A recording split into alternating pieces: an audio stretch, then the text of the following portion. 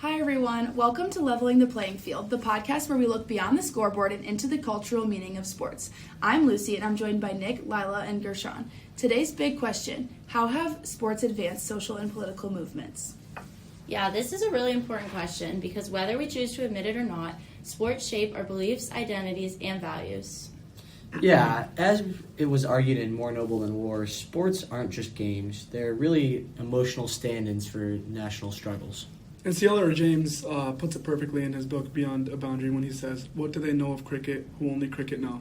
And this kind of means you can't understand sports without understanding the society around them. Right, exactly. So today, each of us is going to be bringing in one angle.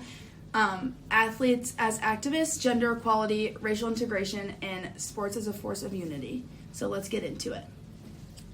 I'm going to go first, and I'm going to start with how athletes are activists, because athletes have been using their platforms for change for decades. Think Muhammad Ali refusing to fight in Vietnam, the raised fist at the 1968 Olympics, and Colin Kaepernick kneeling, or even Megan Rapinoe pushing for equal pay. In one of my sources, they talked about how activism among athletes isn't new, but it comes in waves. So, Lucy, do you think those movements mattered because the athletes were famous, or was this honestly because the movement forced the public to just look at the issue? I honestly think both. Athletes have a rare platform. Millions of people are watching them who might not watch a political speech because they're interested in the sport, so they're interested in these people.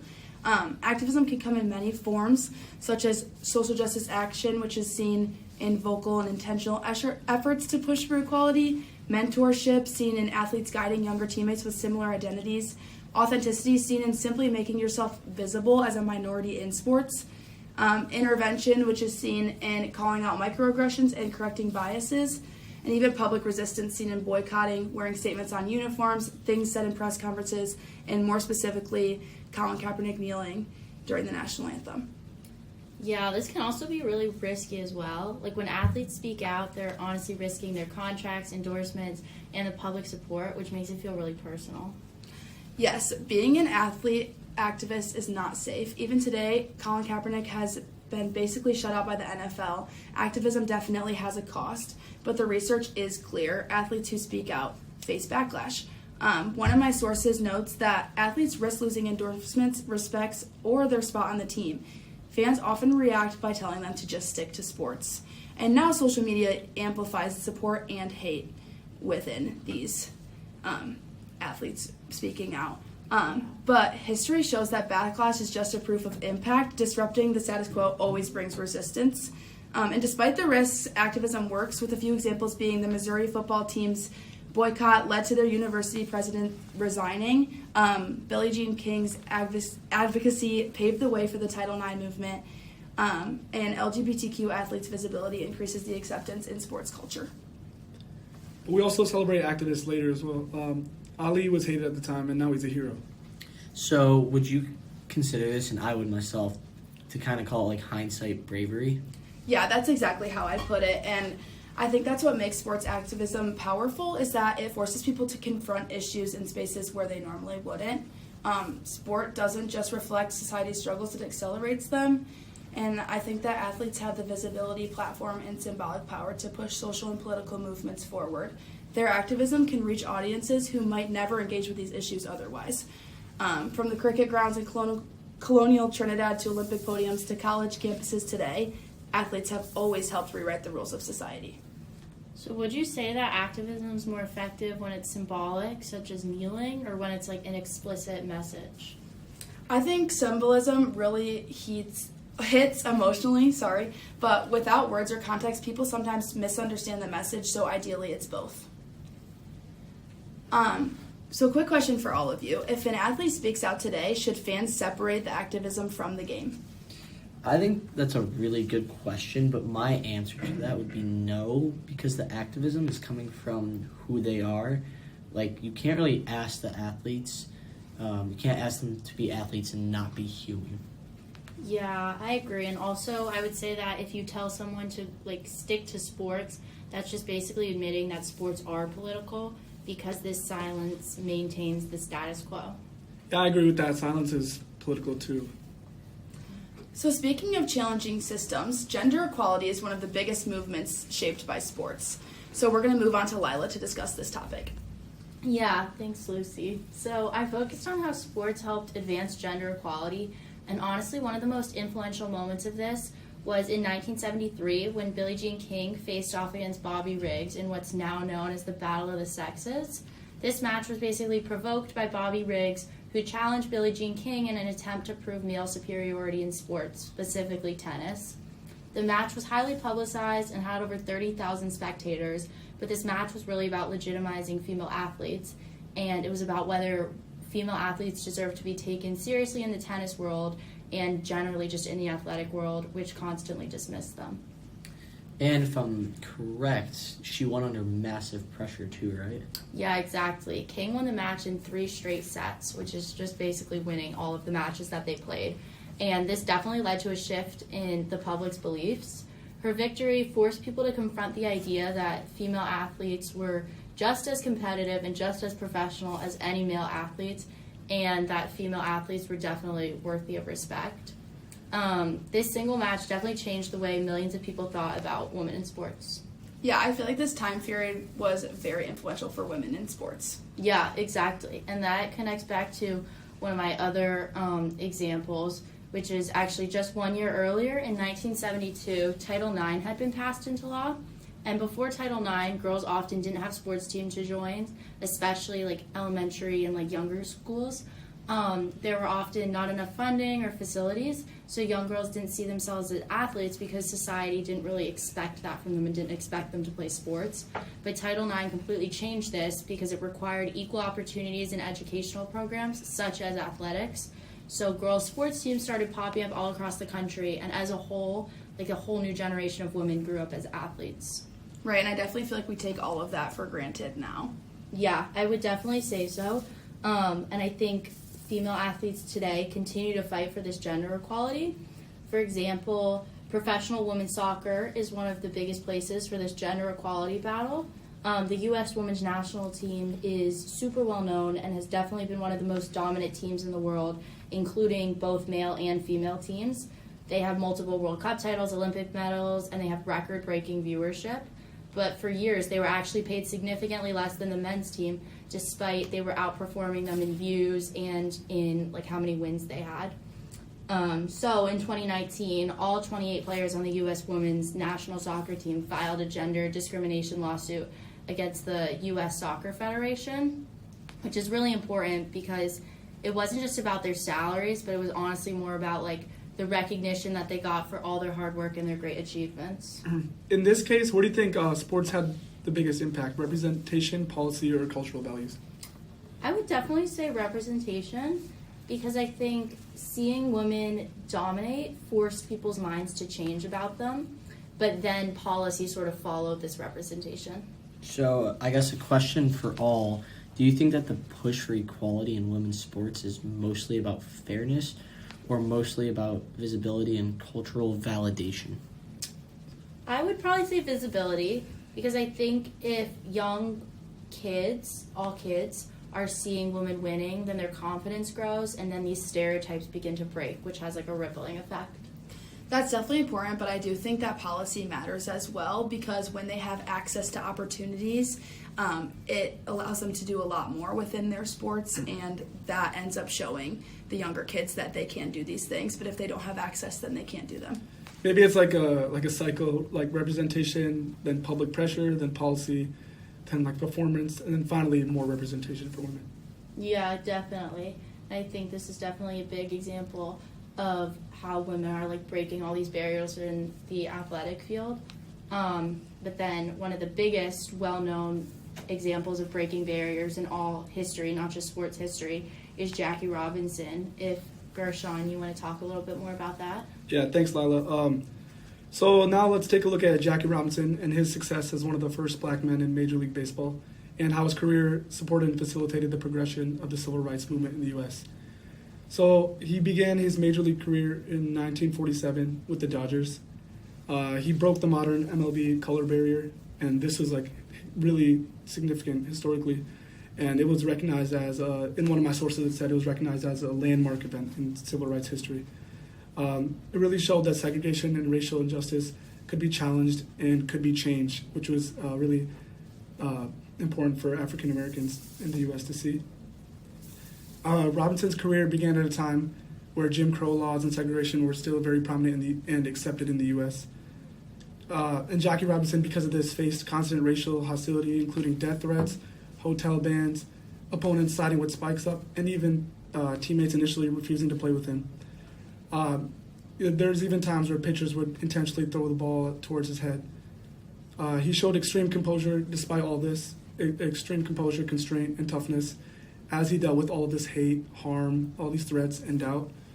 I watched the movie 42, and I think that movie really puts into perspective how brutal the conditions were for Jackie Robinson and shows really how much courage it took for him to stay in that position. This also allowed him to become a symbol and inspiration for African Americans all across the country and gave them hope of overcoming the struggles of segregation. His courage inspired stronger participation for African American citizens in civil rights organizing, voting, and youth. So, do you think he was chosen because he was talented or because he had the temperament to deal with the pressure? Good question. I think both, because he needed the skill, but also the discipline, like not to retaliate. I think there's a lot of people who wouldn't be able to deal with all that hate and pressure, and also because like if he snapped, the narrative would become failure and not injustice.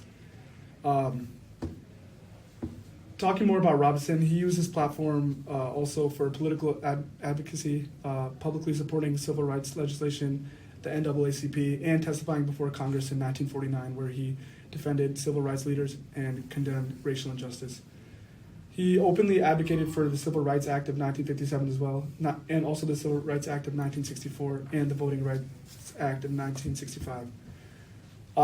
One of the sources I had quoted a sports writer named Sam Lacey, who described Robinson as a weapon far more potent than liberal legislation, which I thought was really interesting, because this kind of means that his cultural impact exceeded many political actions, and it shows that significant social change can be made by just a single man in sports, and it can be more significant than actual changes in the laws.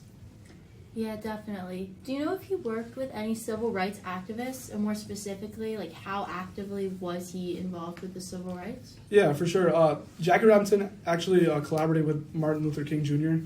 and also civil rights organizations. He participated in fundraising, marching, and pushing for national equality initiatives. He also directly confronted segregation and refused segregated accommodations. He advocated for fair treatment in the military, politics, and business.